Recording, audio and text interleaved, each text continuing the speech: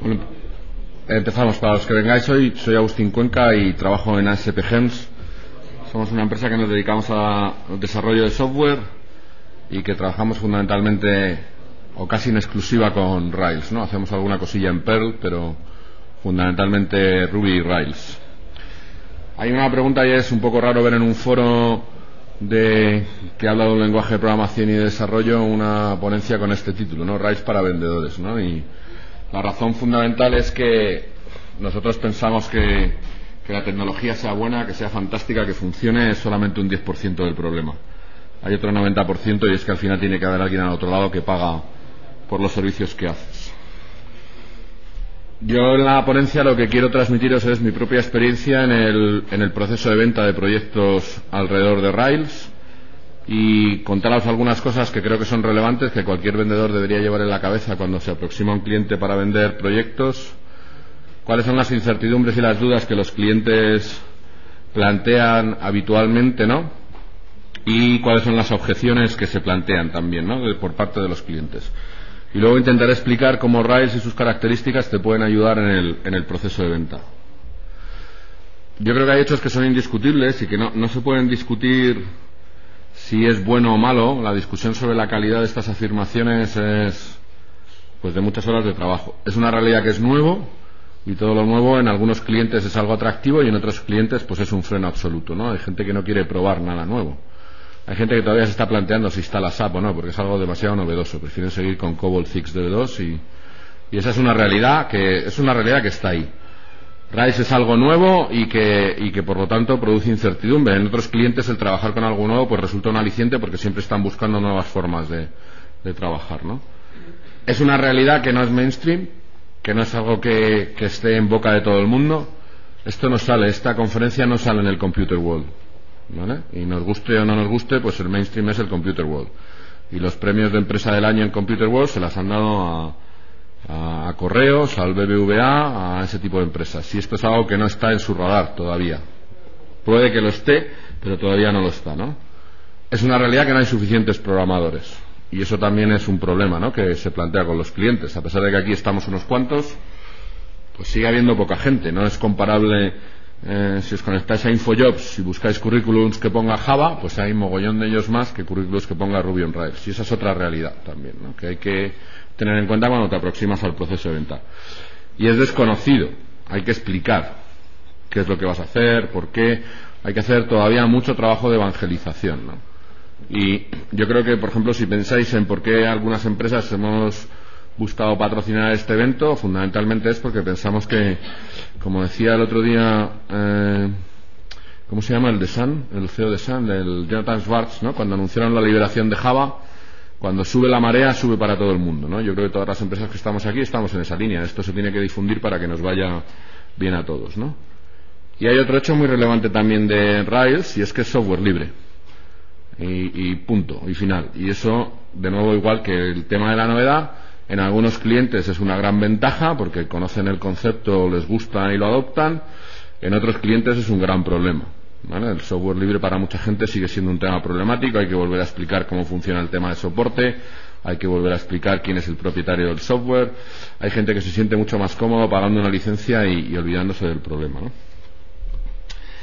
Aunque también es cierto que es un tema caliente, ¿no? Es un tema en el que cualquier director de tecnología que se precie tiene que tener algún proyectito hecho en Rails, si no, pues es que está fuera de mercado, ¿no? Entonces es verdad que empieza a ser un tema caliente, que a la gente le interesa, que todo el mundo quiere haber hecho, ¿no? Y yo os auguro que dentro de 18 meses veremos a gente de compañías muy relevantes diciendo que Rails lo inventaron ellos y que ya desde hace años tienen consultores trabajando en proyectos en Singapur alrededor de Rails, ¿no? Y porque esto lo vivimos en el año 95 cuando empezó Java y lo hemos ido viviendo con diversas tecnologías. Yo creo que es relevante el hecho de que también hay una cierta moda, ¿no? Y esto en algunos casos, como todo lo anterior, es bueno y es malo. Es bueno porque ayuda a la difusión y también es malo porque hay mucha gente que piensa que es una moda pasajera, ¿no? Y eso también hay que tenerlo en cuenta pues a la hora de vender. A mí hay una estadística que me ha parecido absolutamente relevante y que es algo que, por ejemplo, nosotros utilizamos para explicar a los clientes el movimiento que está habiendo alrededor de la comunidad de Rails. Y no sé cómo de relevante es el hecho de las ventas de los libros de O'Reilly, ¿no? Pero Sobre todo además cuando tienes en cuenta que libros alrededor de Ruby, pues ¿cuántos hay? ¿6, 7, 8? Comparados con cuántos hay de PHP, C Sharp, Java o Python, ¿sabes? 500 veces más libros, 1000 veces más libros, y aún así el crecimiento de las ventas de estos libros pues sigue siendo espectacular. El hombre este de Cocodrilo pues no se lo cree con las ventas que está teniendo aquí, ¿no? Porque hay muchísimo interés, y eso yo creo que es un dato que es una estadística para transmitir, ¿no? Yo creo que otro elemento relevante es que Rails suena a Web 2.0, ¿vale?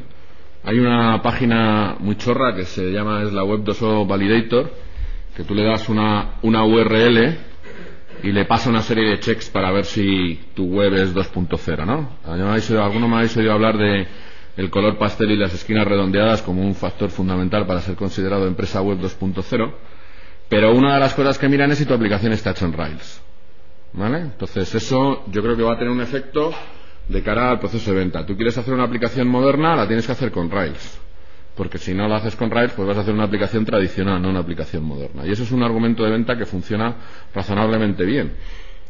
Esto es relevante porque Rails comparte los conceptos de la web 2.0.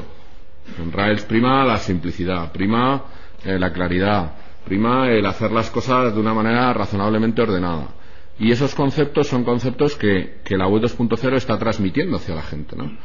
Y no tenemos que olvidar que en el proceso de venta no podemos descargar con todo el potencial de conocimiento que tenemos. Al final del frente tienes otra persona pues que no tiene tanta información. El hecho de utilizar conceptos muy de marketing como el tema de 2.0 yo creo que puede ser muy relevante de cara a facilitar el proceso de venta. Esto me falta una línea aquí. Bueno, yo creo que otro tema relevante en el proceso de venta es hablar de la comunidad, y yo creo que es algo que cada vez es más conocido por la gente, pero es también una realidad que la comunidad de Rails pues está subiendo, ¿no? Estábamos mirando antes las estadísticas. En abril de este año había más de 250, eran, ¿no, Choy? Unos 250 mensajes de correo electrónico en las listas de Rails. Eso quiere decir que hay una comunidad súper activa de soporte. Yo estaba mirando mis archivos, en la lista en castellano debemos estar en torno a 30 a 40 mensajes diarios aproximadamente, ¿no? Eso quiere decir que hay una comunidad muy activa, muy participativa, y ayer estuvimos hablando de eso. La comunidad de Rails yo creo que tiene algo diferente frente a otras, ¿no? Es mucho más colaboradora. Yo no había visto nunca un evento con tanta colaboración, no solo entre las personas sino entre las empresas, ¿no? Y yo creo que eso es algo que forma parte de la comunidad y que nos tiene que servir para transmitírselo a los clientes y que entiendan que los problemas de soporte que puedan tener no van a ser tantos, ¿no? El hecho de que haya una comunidad común, que comparte un montón de cosas, que hace las aplicaciones de la misma manera, pues de alguna manera va a hacer muy fácil que mañana un competidor mío se pueda hacer cargo de una aplicación que he desarrollado yo, porque entre otras cosas la va a entender de manera razonable, y eso de cara a los clientes yo creo que les aporta bastante tranquilidad. ¿Cuáles son las incógnitas, no? Pues la primera es si esto saldrá bien. Nadie va a tomar una decisión de inversión en tecnología relevante sin estar seguro, o digamos que va a ser un factor de freno el hecho de pensar si esto va a salir bien o no. ¿Rails se va a convertir en algo relevante en el mundo de la tecnología? ¿Acabaremos viendo Rails en Computer World? Esa es una pregunta relevante que los clientes se hacen. Sobre todo porque desde el punto de vista del cliente, si no es así, es una decisión demasiado arriesgada, ¿no? En general, los clientes tienen unos SIMOS montados de desarrollos en una plataforma, en otra, en la de al lado, un sistema operativo, el otro, el de al lado, y la preocupación de que Rails alcance un cierto nivel de notoriedad, pues es un hecho preocupante. Yo creo que, por lo menos en nuestra experiencia, el factor de freno fundamental o la principal preocupación cuando el cliente ha entendido un poco esto es la escalabilidad. Desgraciadamente no tenemos todavía ejemplos, o hay algunos pero no demasiado bien documentados ni conocidos, de aplicaciones que realmente escalan, ¿no? Y no se trata ya tanto de discutir sobre si Rails escala o no, que yo creo que no, personalmente pienso que no vamos a tener problemas mucho más serios que en otras plataformas, ¿no? Van a ser problemas del mismo estilo, ¿no? Si la aplicación está bien hecha, escalará bien. Si la aplicación está mal hecha, pues no escalará. No depende tanto del entorno como de cómo la hayas construido.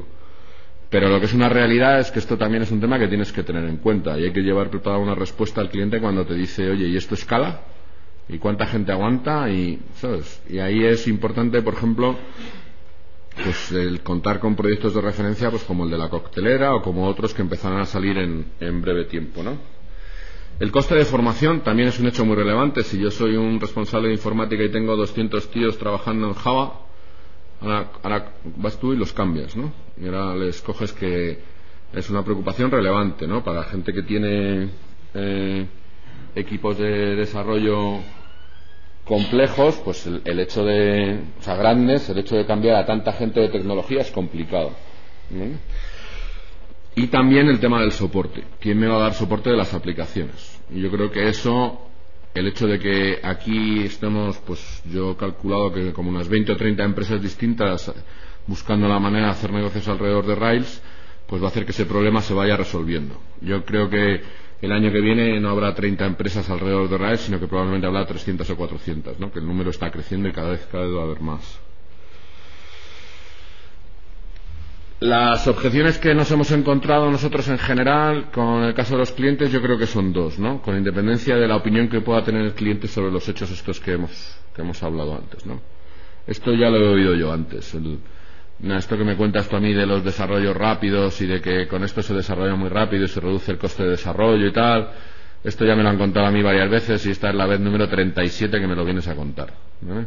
Me lo han contado antes otros 300 tíos hablándome de, por ejemplo, en Java se decía develop one, ¿no? Desarrolla una vez y ejecuta en varios sitios, que todos sabemos que al final no fue verdad, ¿no? En general es una industria que ha incumplido muchas de las promesas que ha ido haciendo, ¿no? Y eso yo creo que también es un freno a tener en cuenta. Y luego también en general en este momento hay una percepción de esto está bien para jugar, pero no para sistemas de misión crítica, ¿vale? No pienso poner yo mis cuentas corrientes, mi control de stocks, las aplicaciones críticas dentro de una organización en este tipo de plataformas, ¿no? Yo creo que la respuesta a esta situación, bueno, yo creo que como en cualquier proceso de venta, ¿no? Cuando uno programa se enfrenta a una máquina que se comporta de manera más o menos predecible, ¿no? O por lo menos lo es, aunque luego sea difícil entenderlo. Cuando estás vendiendo tienes delante una persona, y entonces claro, eso es muchísimo más difícil de predecir y al final, como decía el otro, vender es convencer, y convencer al tipo que tiene delante pues depende mucho del que está delante, no depende solo de ti, ¿no? Entonces yo creo que por eso hay que adaptar los discursos. Yo creo que con el IT manager de una gran organización, de un director de un banco, bueno, yo ya dije ayer que nosotros personalmente ni le llamamos porque pensamos que tenemos mucho más campo de acción en otro sitio, pero si te ves delante de un director de tecnología de una gran organización, yo lo que le diría es pruébalo. Busca un proyecto pequeño que no sea muy crítico para ti, que no te afecte demasiado y vamos a hacer una prueba, ¿no? Gonzalo, el de Fotón, no sé si le veo por aquí, el de Canarias, decía que ellos habían entrado así en un banco, habían entrado con un proyectito de prueba y luego, como es verdad que funciona, pues eso se va extendiendo, ¿no? Entonces, si os vierais, mi consejo sería busca un proyecto pequeño, utiliza en un sistema periférico, no lo utilices en el sistema crítico, ¿vale? No lo utilices en el sistema que es vital para tu negocio, empieza por algo que no sea relevante y que el coste del error no sea muy alto, ¿no? Y la otra sugerencia que yo le daría a un IT manager de esto es una gran empresa es pruébalo en modo ASP. No lo instales, pruébalo, ¿sabes? Busca un proveedor de ASP o de hosting, o nosotros en nuestro caso pues se lo ofreceríamos directamente y pruébalo en ASP. Hacemos el desarrollo juntos y lo trabajas en ASP. ¿Qué le diría a una pyme? ¿Vale? A una empresa pequeña de 4 o 5 empleados bueno, yo creo que ahí el desarrollo a medida es complicado, fundamentalmente porque no hay presupuesto. España es un país donde las pymes, pues yo creo que no invierten, la pyme solamente gasta, no tienen el concepto de inversión y hace muy difícil el hecho de que una pyme te vaya a contratar un desarrollo, lo hagas en lo que lo hagas, ¿no? Nosotros pensamos ahí que la solución viene de la mano del ASP. Pero en cualquier caso, si la pyme tiene que hacer un desarrollo, yo le hablaría de que es fácil de aprender, de que va a tener pocos problemas. Yo contaba ayer que nosotros el proyecto piloto que hicimos antes de constituir la empresa lleva en funcionamiento un año casi, ¿no? Y no hemos tenido ninguna llamada de soporte. No es que hayamos tenido 10, es que han sido 0. No ha petado nunca. Es que, ¿sabes? Es disponibilidad de 100.00, ¿no? En vez de 99,99 es 100.00 porque no ha petado nunca. Y eso yo creo que en una pyme es muy importante. Yo haría énfasis en las pymes en el coste de salida. Oye, es que si no te gusta el modelo ASP, pues te llevas tus datos, esto es súper abierto y te vas y ya está, y luego lo vuelves a poner en Windows y tan tranquilo, ¿no? Yo creo que las medianas empresas hablaría fundamentalmente del concepto de reducción de costes, tanto en desarrollo y mantenimiento, y hablaría de algo que yo llamaría el one-to-one software development, ¿no? Con esto puedo hacer software muy adaptado para ti. El desarrollo a medida deja de ser un privilegio de grandes presupuestos. Puedes hacer proyectos a medida, pues por poco precio. Y ahí la dificultad que estamos encontrando sobre todo es que la gente piensa que las cosas cuestan mogollón de dinero hacerlas. Y cuando le explicas que un proyecto que hace 2 años costaba probablemente 200 o 300.000 euros, hoy lo puedes hacer por 15 o 20.000, lo que sucede es que la gente se empieza a plantear desarrollos de aplicaciones que por 200.000 euros no son planteables, pero por 20.000 sí. Y yo creo que ese es el mensaje adecuado de las pymes. Es el mensaje de, oye, te puedes plantear cosas que antes no podías porque el coste se ha reducido sustancialmente, ¿no? Por el contrario, si yo fuera a una gran empresa y no al área de tecnología, sino estoy con un responsable de recursos humanos o de ventas o de marketing o de una área no tecnológica, yo lo que haría es, primero, buscar en el departamento qué problemas de negocio tienen. En general, en las grandes empresas los departamentos están abandonados, tienen una percepción de pido un desarrollo y tardan 8 meses en hacerlo. Estos, los de sistemas son un desastre. Es que, ¿sabes? Nosotros hemos trabajado en algún proyecto donde nuestro trabajo es hacer de interfaz entre sistemas y el área de negocio, ¿no? Entonces yo buscaría ese tipo de departamento del área de negocio y el mensaje sería: es que no tienes que llamar a los de IT. Esto, ¿sabes? Ya nos las apañamos tú y yo solos y no tienes que pasar por sus procesos de validación, certificación, ¿sabes? Eres mucho más rápido y mucho más flexible. Y combinado con el modelo ASP hablaría de que estamos hablando de un servicio, no de un desarrollo, ¿vale? Que tú no hay que instalar, no hay que montar, no hay que hacer nada. Hacemos un desarrollo a medida para ti y lo ejecutas en ASP. Yo creo que cambiando un poco de tercio, yo creo que uno de los mensajes que deberíamos llevar a la industria y que nos puede permitir vender con más facilidad es que no estamos hablando de ingeniería. Yo lo llamaría más artesanía, ¿no? Llevamos pues desde los años 65 o 70 hablando de ingeniería de software, y lo que hemos intentado hacer es aplicar al desarrollo de software conceptos absolutamente ingenieriles, ¿no? Yo esto lo explico con el ejemplo de un puente. Tú eres ingeniero y te encargan de hacer un puente y tienes que hacer un puente de un lado al otro del río, y lo que vas allí es, coges, mides, haces unas pruebas de resistencia de materiales, te vas a casa, aplicas unas fórmulas matemáticas, le pones más o menos creatividad en el diseño del puente, y cuando vuelves allí, pues el río sigue igual, las montañas siguen igual y haces tu puente. Y ese, digamos, es el mecanismo tradicional, ¿no? ¿Cómo se responde a ese mecanismo? Pues como se ha respondido toda la vida en desarrollo de software, ¿no? Con un modelo de desarrollo en cascada. Me dices lo que quieres, hacemos un diseño, lo implemento, verificamos que funciona y luego ya lo mantenemos, ¿no?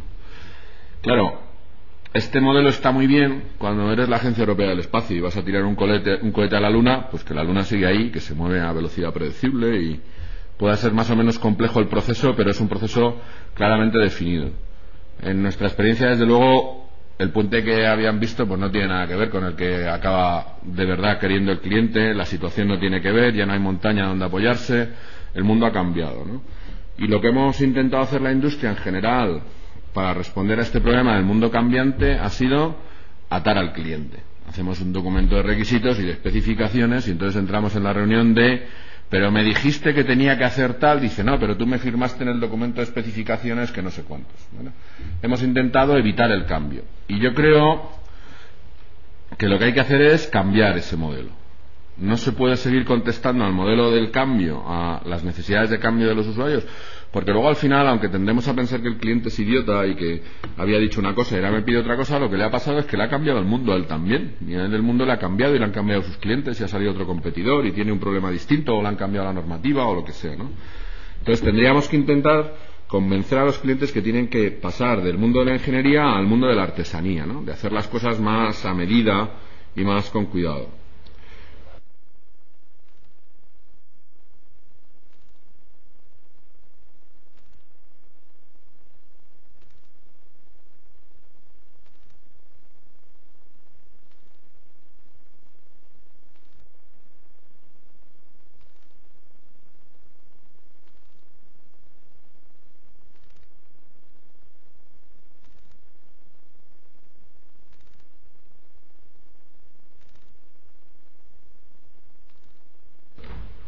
¿sabes? Que dedicamos 7 meses a escribir algo que todavía no sabemos ni cómo lo vamos a hacer. Claramente ese es un discurso que no es fácil de aceptar por la industria, porque la gente está acostumbrada a hacer de otra manera. Pero con este argumento de la explicación de la arquitectura, la artesanía, es un argumento que funciona, ¿no? Y que yo os invito a probar porque por lo menos a nosotros nos funciona. En definitiva, de lo que se trata al final es de estar más cerca del cliente. Entonces, no sé, alguien decía que vender es escuchar y que se trata de estar cerca de la gente, y yo creo que Rails te ayuda porque te permite escuchar mejor. Te ayuda a escuchar mejor a los clientes y a adaptarte. Al de, ¿lo quieres así? Pues te lo enseño. ¿Te vale? No, pues ahora te lo vuelvo a cambiar y a ver si lo quieres. Y eso te permite ir aprendiendo con el cliente en ese proceso. Y eso, desde el punto de vista de la venta, es fundamental, porque te da mucha flexibilidad. Antes, cuando un cliente nos pedía un cambio en una aplicación, teníamos que decir que no porque el coste era brutal. Cambiar un modelo de datos era brutal el coste que tenía. Y hoy, en algunos casos puede ser brutal el impacto del cambio, pero en otros el coste no es tan alto. Y como el coste no es tan alto, pues entonces puedo decir que sí con más facilidad, ¿no? Y a pesar de que luego los programadores te regañan porque has dicho que sí, la bronca es mucho menor que hace 2 años, ¿vale? Entonces, yo creo que eso es muy importante, ¿no? Bueno, y por último se me olvidaba, claro, si estamos hablando de desarrollos en Rails, pues esto es mucho más barato. Y al final el argumento de la pasta pues sigue siendo un argumento de peso, que es una buena forma de convencer. Es que el otro te va a cobrar el doble, ¿vale? O el triple o cosas de ese calibre, ¿no? Y yo creo que eso también es al final pues un argumento relevante, ¿no? Pues hasta aquí está lo que os quería contar. Si tenéis alguna pregunta, intento contestarla.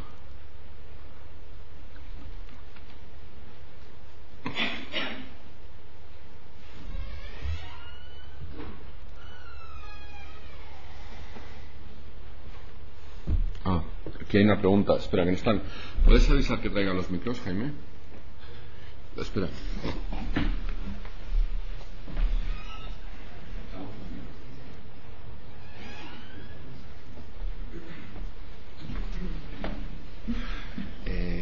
No veo si tienen preguntas en México.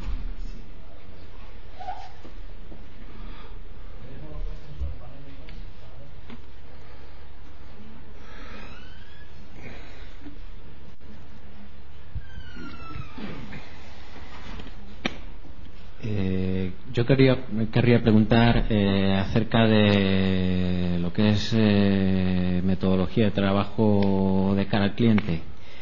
En esta y en otras charlas habéis mencionado que el punto fuerte de la metodología de trabajo con Rails es la interacción continua con el cliente. El cliente ve pantallas, decide esto me gusta, esto no me gusta, se corrige de cara al cliente. Eso es muy útil cuando se trata de requisitos que afectan a la interfaz de usuario, pero ¿cómo trabajáis situaciones en las que hay que tratar requisitos que afectan a lo que sería el procesamiento de background, detrás de las pantallas? Una de las cosas que hemos dicho es que el diseño nace de la interfaz. Y entonces, una vez que la interfaz está claro, la especificación de los procesos es mucho más simple. Es muy complicado especificar los procesos de background cuando no tienes claro la interfaz, ¿vale? Y eso es cuando estamos hablando de aplicaciones web, ¿vale? Cuando estamos haciendo procesos que son únicamente de background, y hemos hecho algunos proyectos donde lo único que hacemos es masajear los datos de una base de datos, pues el proceso es el mismo. Lo que pasa es que en vez de desde la interfaz, pues vas haciendo pruebas sobre el proceso, ¿no? Entonces, casos que te podría contar. Pues un cliente se le olvidó decirnos que los textos podían estar en francés a la hora de pasar el diccionario, ¿no? Por ejemplo, ¿no? Entonces, a la hora de pasar el diccionario sobre los datos, no te lo cuentan, lo haces, vas, pruebas, peta, porque, ¿sabes? No recuerdo exactamente por qué era, pero aquello falla y vuelves a hacer un proceso de iteración. No solamente la iteración la haces sobre la interfaz, sino que la metodología es la misma. O sea, eso lo que te hace es, primero, necesitas tener equipos especializados en gestionar clientes, ¿vale? No es la misma persona. Igual que hablábamos antes de diseñadores y programadores, hay una tercera figura aquí que es el vendedor, ¿no? Y que es un término que yo reivindico bastante, ¿no? El vendedor tiene una labor fundamental, que es la de escuchar y entender al cliente, ¿no? Y ese trabajo tiene mucho que ver con la gestión de esa interacción y tiene que estar en contacto continuo. yo creo que en estos proyectos vamos a tener un coste de gestión mayor que en los proyectos tradicionales, porque hay que estar más horas con el cliente. Antes le mandabas un documento y te lo devolvía y tú creías que él se lo había leído, ¿vale? Ahora tienes que ir allí, sentarte con él, y eso es más caro. Entonces, al final, la respuesta es poniendo más carga de gerencia en los proyectos. Más preguntas. Más que una pregunta, es una curiosidad. Cuando ofrecéis servicios en ASP, o bien cuando dirigís al cliente, ¿cuál es respectivamente la plataforma que se utiliza o se demanda más para implantar Rails? ¿Sobre qué arquitectura se suele implantar? ¿En ASP? En ASP, cuando el cliente te lo solicita, ¿cuál es la arquitectura más...? En ASP al cliente le da igual.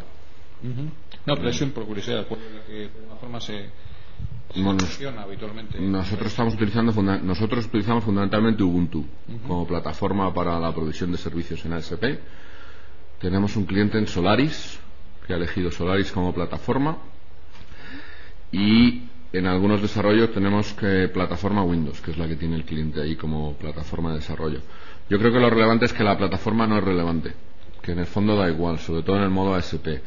Yo creo que depende también del tamaño de empresa. En una gran empresa, pues la plataforma es la que él tiene elegida, no es, ¿sabes? Él te pregunta, ¿en qué plataformas corres? Y tú la respuesta es, ¿qué tienes? Y entonces él te dice, pues tengo lo que sea, pues funciona, ¿vale? En las pymes y en el modelo ASP es que no quiero es que ni se lo cuento.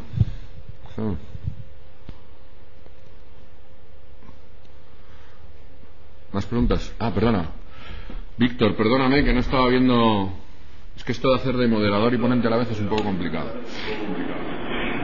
Una pregunta, ¿cómo han resuelto aquellos proyectos en donde tienen un presupuesto fijo desde el principio, donde el costo es fijo y quieren, no sé, el cliente se haga, sobre todo en gobierno, en donde quieren desde el inicio que les diga uno cuál será el precio final? Dos cosas. Nosotros directamente para gobierno no trabajamos, que no perdemos el tiempo, ¿sabes? El coste de gestión de todo el proceso administrativo y burocrático es verdaderamente brutal. Entonces, pues directamente ni lo intentamos. En cuanto a la respuesta del precio fijo, la respuesta es recortando funcionalidades. Si tú tienes una buena relación con el cliente sabe de qué está hablando, ha hecho una estimación razonable de qué va el proyecto, y luego tienes que gestionarlo poco a poco hasta llegar al resultado final del proyecto. Yo te diría que al final nosotros estamos empezando a pensar que hay una máxima irrepetible, que es que los proyectos se retrasan un 15%.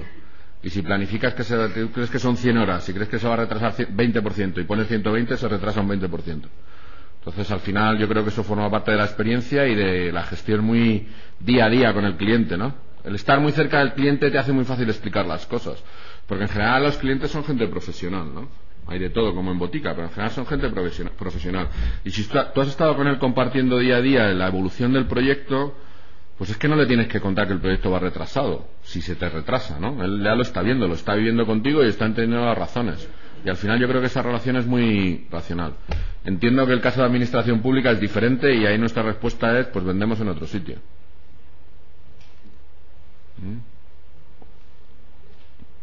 ¿Más preguntas?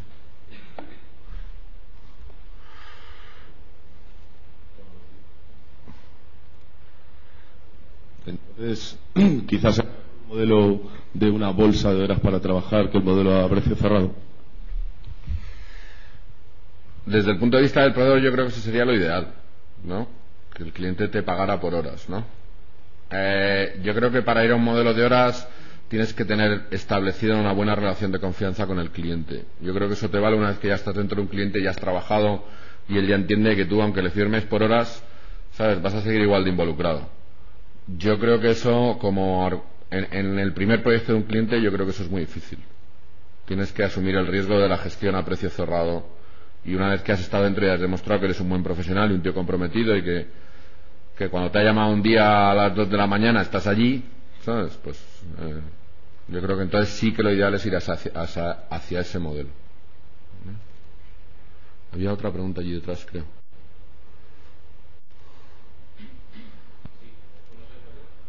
Sí, me gustaría saber, bueno, uno de los puntos que se destacan más de Rails es la velocidad, la velocidad y la facilidad en el desarrollo.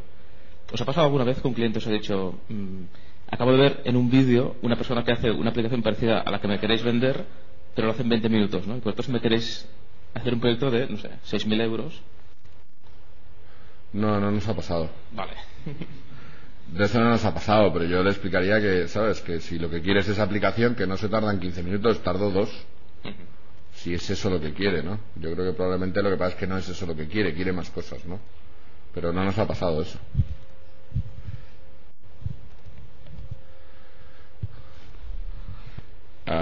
Víctor, adelante, perdona. Agustín, una pregunta. Has hablado y todos conocemos el proceso de desarrollo de Rails, que es mucho más rápido que en otras plataformas, pero el proceso en sí de venta en España obedece también más rápido, o eso da igual. O sea, se vende de que tú llegas a la primera cita con el cliente a que llegas a firmar el contrato para empezar a desarrollar. ¿Cómo es ese ciclo en España?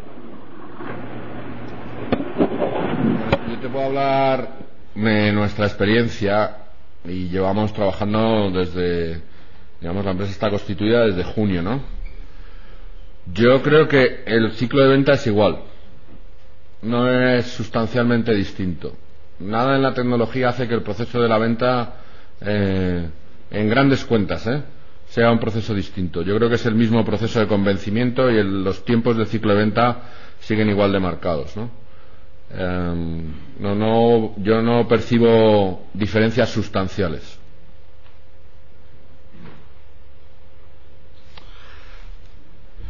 Vale, pues gracias. Vamos a buscar al segundo ponente.